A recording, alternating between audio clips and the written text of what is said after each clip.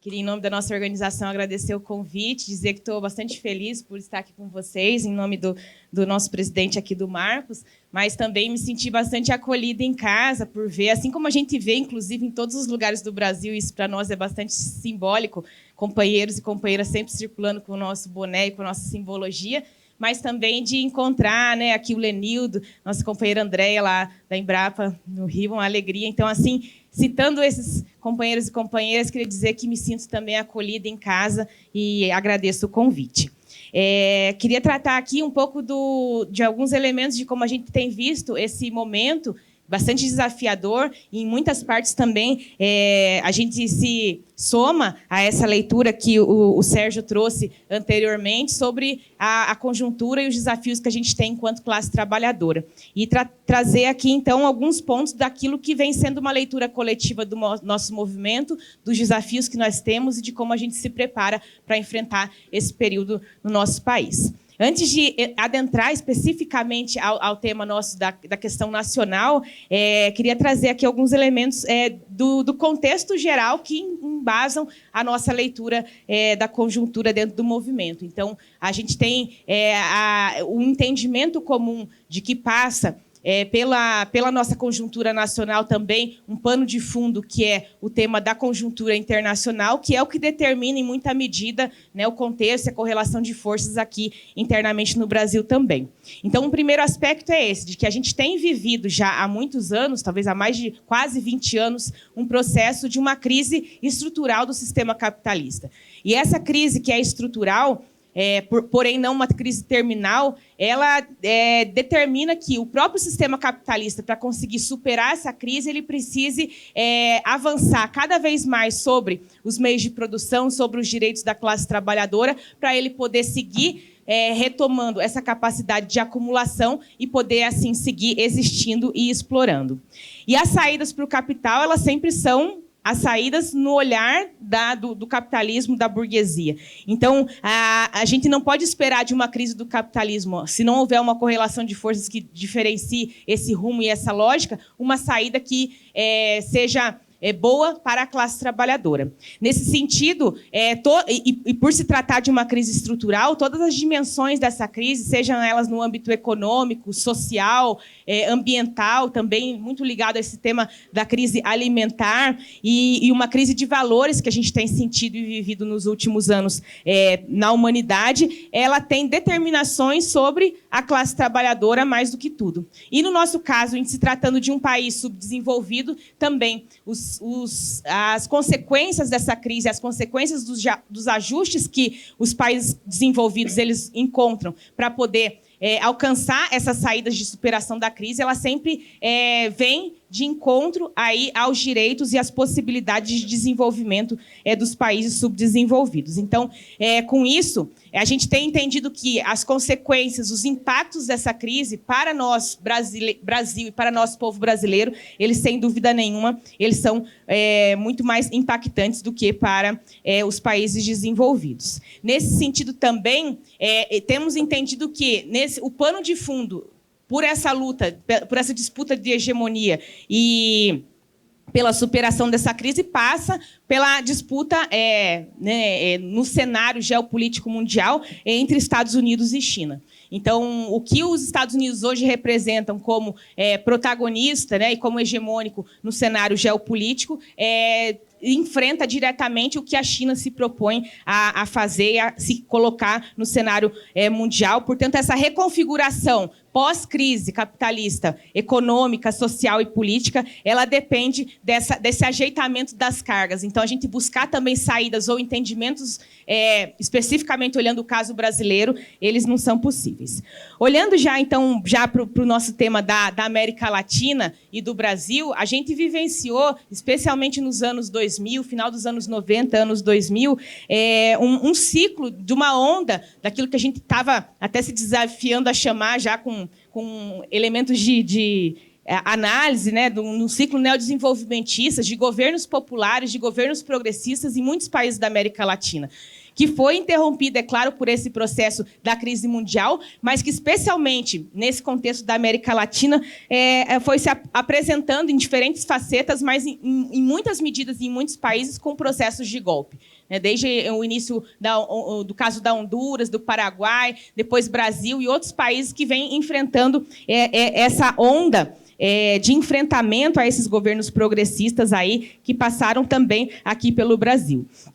Nesse sentido, o golpe que se caracterizou, como o companheiro já disse anteriormente, aí nos últimos e nos impôs, né, uma derrota grande para a classe trabalhadora nos últimos 6 anos, ele além de impactar a nossa possibilidade de seguir vivendo o Pacto Democrático, ele também representou um espaço para o crescimento e para a ofensiva de um movimento de extrema-direita, que obviamente não está só aqui no Brasil, que é um movimento que, como parte dessas saídas do capitalismo, tem se reconfigurado em todo o mundo. E vivenciamos nos últimos anos uma ofensiva, vocês certamente passaram por esse sentimento também, uma ofensiva bastante profunda à esquerda, seja do ponto de vista concreto, seja do ponto de vista simbólico. Então, esses anos do golpe, eles para nós foram bastante duros, não só do ponto de vista das perdas materiais, e o sindicalismo passou por ofensivas imensas em relação a isso, mas também em relação às nossas perdas simbólicas, né? Veja o que foi, né, a violência do impeachment da presidente Dilma, do que foi a violência simbólica, né, além de material, da prisão do presidente Lula. Então, esses impactos também sobre a nossa subjetividade enquanto classe trabalhadora foram muito fortes nos últimos anos. E foram anos para a gente, como o atual deputado, né, Ricardo Salles, dizia, anos para passar a boiada. Em todas as pautas, né? Especialmente nas pautas que interessavam ao capital. No âmbito da destruição do Estado, no âmbito da entrega do Estado, da desconstituição, né, do Pacto Democrático. E nos chama a atenção saber que esse movimento não se deu aleatoriamente, senão ineditamente nesse contexto, esse movimento da extrema-direita, do surgimento da extrema-direita no Brasil, se deu acompanhado de uma base social que, inclusive, até hoje se mantém mobilizada e organizada. Como também a luta de classes é algo dinâmico, né? Nesses últimos, especialmente 2022, que para nós também foi um ano bastante determinante, em função de que, para a nossa cultura, ainda que recente, mas uma cultura democrática brasileira, o povo aprendeu a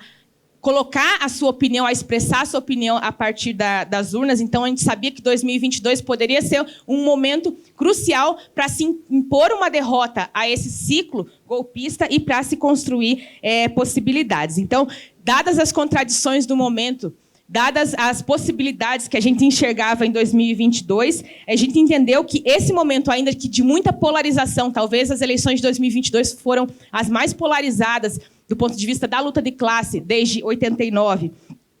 e nessa composição de uma grande frente ampla, especialmente pelo Pacto Democrático, muito menos do que foi em 2002, com a primeira eleição do Lula e do governo do PT, com um pacto que, em alguma medida, tinha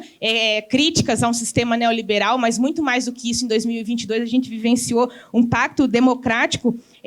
sem crítica contundente à lógica e ao projeto econômico, mas conseguimos, sim, isso é fundamental que a gente siga defendendo, impor uma derrota importante, muito apertada, mas importantíssima, eleitoral, e mais do que isso, uma vitória política sem precedentes com a vitória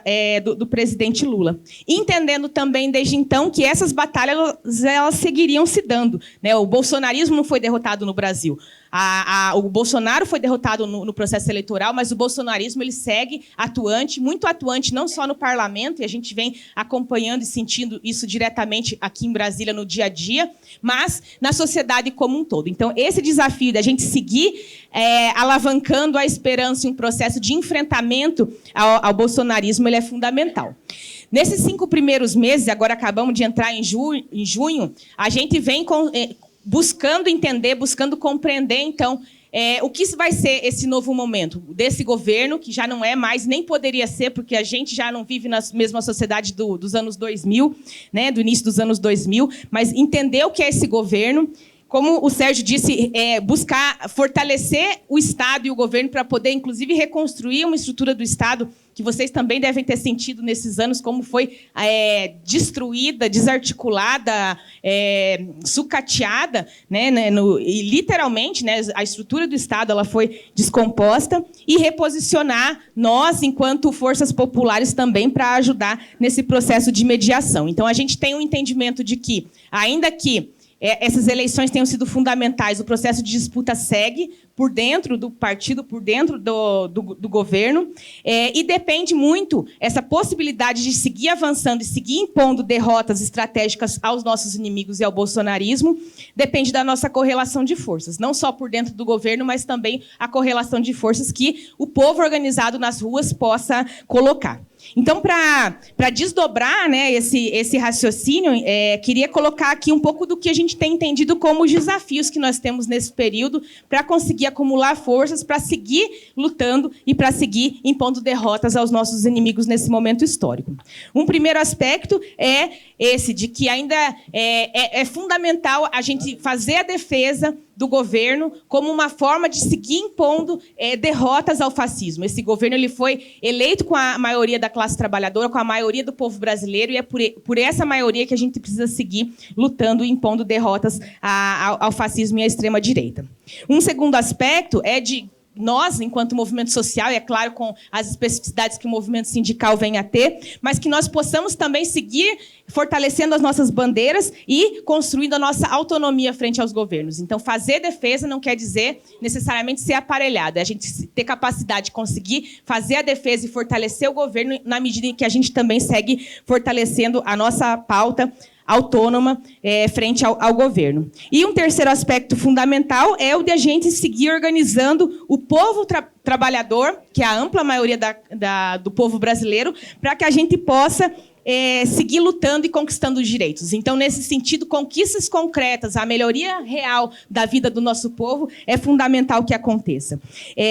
Fiquei muito feliz ao chegar aqui e ver o tema do Congresso que vocês vão tratar ao longo dos dias, esse desafio do compromisso com o enfrentamento à fome, que para nós também é uma bandeira central de luta, né? O cuidado com o meio ambiente, esse repensar a nossa forma de viver e de existir para que a gente possa efetivamente repensar